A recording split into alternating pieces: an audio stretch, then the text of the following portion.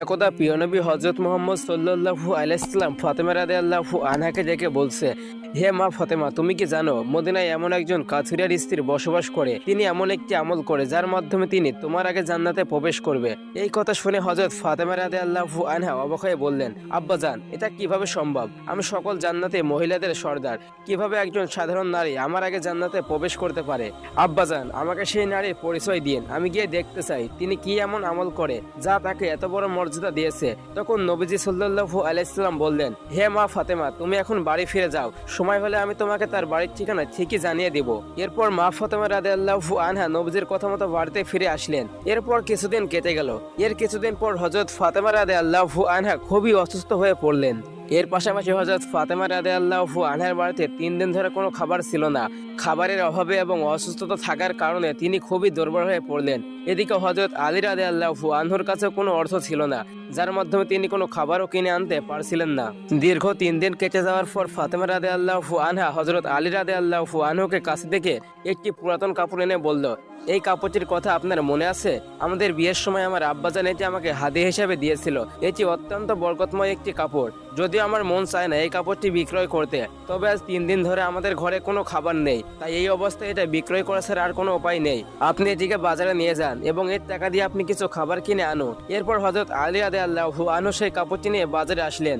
বাজারে এসে তিনি কাপড়টি বিক্রয় করার জন্য অনেক চেষ্টা করলেন, কিন্তু এই কাপড়টি অত্যন্ত পুরাতন হওয়ার জন্য কেউ কিনতে রাজি হচ্ছিল না।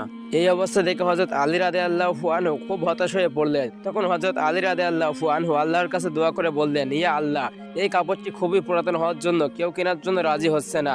আমার প্রিয় স্ত্রী ফাতেমা এবং আমার বাচ্চারা 3 দিন ধরে না খেয়ে রয়েছে। হে আল্লাহ, যদি আজও আমি খাবার না নিয়ে যেতে পারি তাহলে আজও আমাদের সবাইকে না খেয়ে থাকতে হবে। হে আল্লাহ, আপনার দয়া ছাড়া কোনো কিছু সম্ভব না।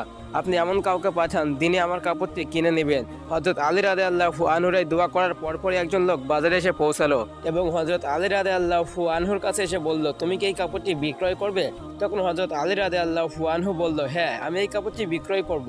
তখন সেই লোকটি বলল, তাহলে বলো এর মূল্য কত দিয়ে তুমি বিক্রয় করবে? হযরত আলী রাদিয়াল্লাহু আনহু জানতো যে কাপড়টি খুবই পুরাতন, তাই এই কাপড়টির মূল্য 1 বা 2 দিরহামের বেশি হবে না। তাই হযরত আলী রাদিয়াল্লাহু আনহু কাপড়টির কোনো দাম না বলে বললেন, আপনার যা মনে হয় তাই দিন, আমি নিজে কোনো দাম বলছি না।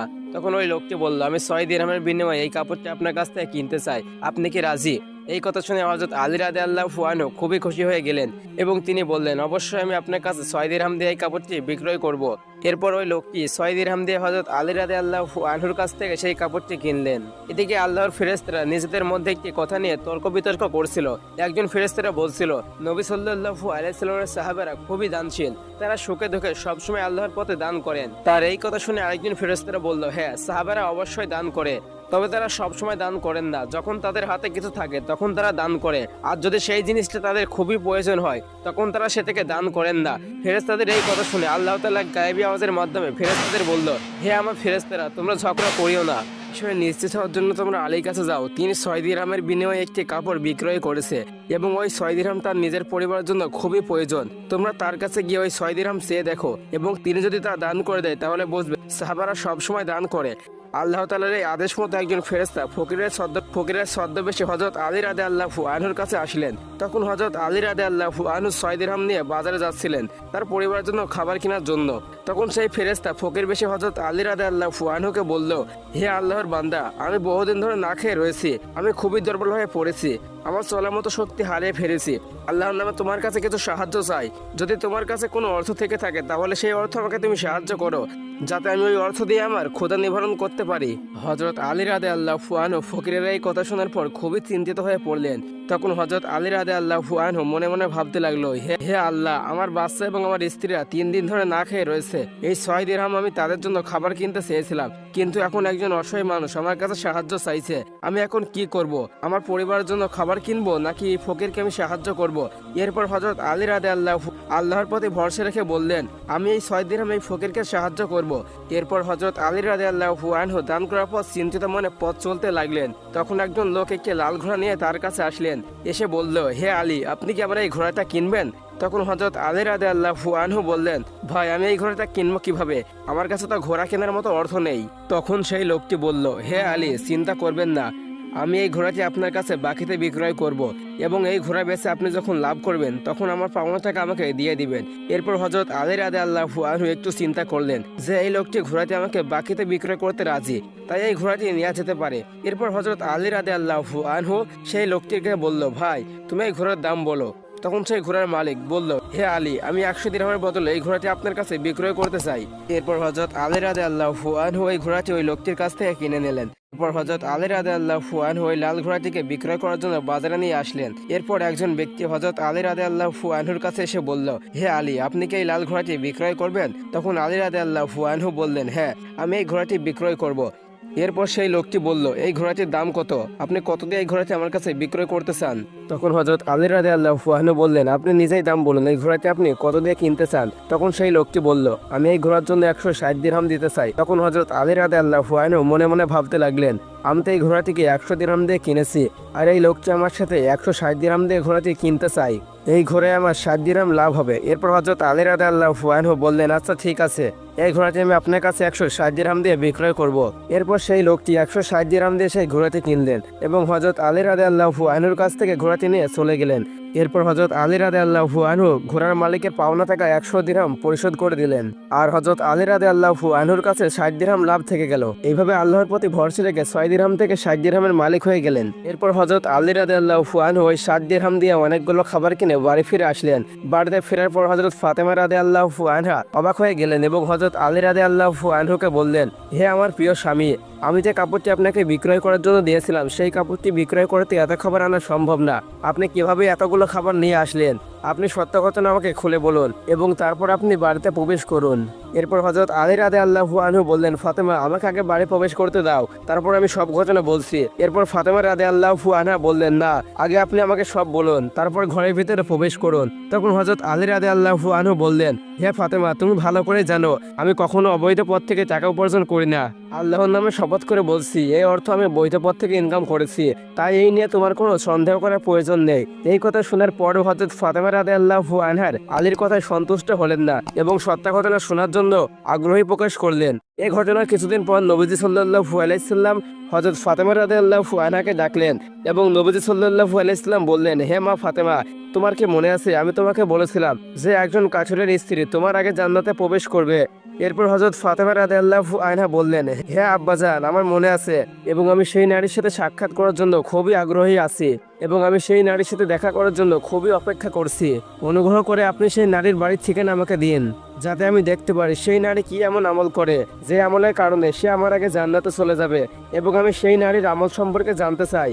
তখন নবীজি সাল্লাল্লাহু আলাইহি সাল্লাম বললেন, হে মা ফাতেমা, সেই কাঠুরি এবং কাঠুরের স্ত্রী জঙ্গলের মধ্যে থাকে, তুমি সেখানে গিয়ে তার সাথে দেখা করো। এরপর হযরত ফাতেমা রাদিয়াল্লাহু আনহা নবীজির কাছ থেকে ঠিকানা পেয়ে কাঠুরের স্ত্রীর সাথে দেখা করার জন্য রওনা হলেন। এরপর সেখানে পৌঁছানোর পর সালাম দিয়ে বললেন, বাড়িতে কেউ কি আছেন?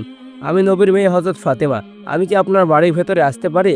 এরপর বাড়ির ভেতর থেকে কাঠুরির স্ত্রী বললেন, আলহামদুলিল্লাহ, আমি নিজেকে খুব সৌভাগ্যবান মনে করছি যে জান্নাতের সর্দার নবীর কন্যা আমার কাছে এসেছে। হে ফাতেমা, কি জন্য আপনি এখানে এসেছেন? তখন ফাতেমা রাদিয়াল্লাহু আনহা বললেন, আমি আপনার সাথে দেখা করতে এসেছি, আমাকে আপনার বাড়ির ভেতরে আসার জন্য অনুমতি দিন। তখন কাঠুরের স্ত্রী বললেন, হে নবীর কন্যা, আমি আপনার সাথে দেখা করার জন্য অপেক্ষায় ছিলাম, তবে আমি দুঃখিত, আপনাকে এখন আমার ঘরের মধ্যে প্রবেশ করাতে পারবো না, কারণ এই ঘরটি আমার স্বামীর, তাই আমি আমার স্বামীর অনুমতি ছাড়া আপনাকে আমার ঘরের মধ্যে প্রবেশ করাতে পারবো না। হে নবীর কন্যা, আপনি কাল আসুন, আমি আমার স্বামীর থেকে অনুমতি নিয়ে রাখবো, তখন আপনি আমার ঘরের মধ্যে প্রবেশ করবেন। এই কথা শুনে হযরত ফাতেমা রাদিয়াল্লাহু আনহা বাড়ি ফিরে আসলেন এবং দ্বিতীয় দিন হযরত ফাতেমা রাদিয়াল্লাহু আনহা কাঠুরিয়ার বাড়ি যাওয়ার জন্য প্রস্তুতি নিচ্ছিলেন। তখন হযরত হাসান রাদিয়াল্লাহু আনহু এসে বললেন, আম্মাজান, আপনি গতকাল কোথায় গিয়েছিলেন? আমি আপনাকে খুঁজে পাচ্ছিলাম না, আজ আপনি যেখানে যাচ্ছেন দয়া করে আপনি আমাকেও নিয়ে চলুন। এরপর হযরত ফাতেমা রাদিয়াল্লাহু আনহা এবং হযরত হাসান রাদিয়াল্লাহু আনহু কাঠুরিয়ার বাড়িতে আসলেন। এরপর হযরত ফাতেমা রাদিয়াল্লাহু আনহা সালাম দিয়ে বললেন, বাড়িতে কেউ কি আছেন? আমি নবীর কন্যা ফাতেমা এবং আজ আমার সাথে আমার বড় ছেলে হাসানও রয়েছে, আমরা কি আপনার বাড়ির ভেতরে আসতে পারি?